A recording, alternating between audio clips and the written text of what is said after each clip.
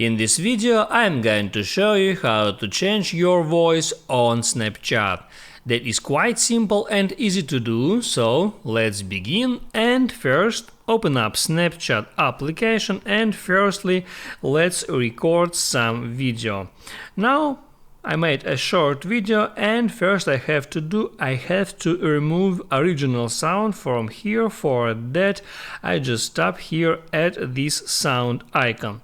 And next, because original sound was removed, I have to make new sound and I just hit there on that microphone icon.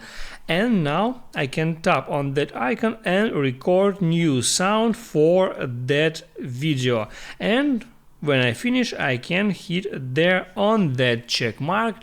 So now I have just replaced the voice for my Snapchat video. That's how it works. If this video helped you out, don't forget to like and subscribe.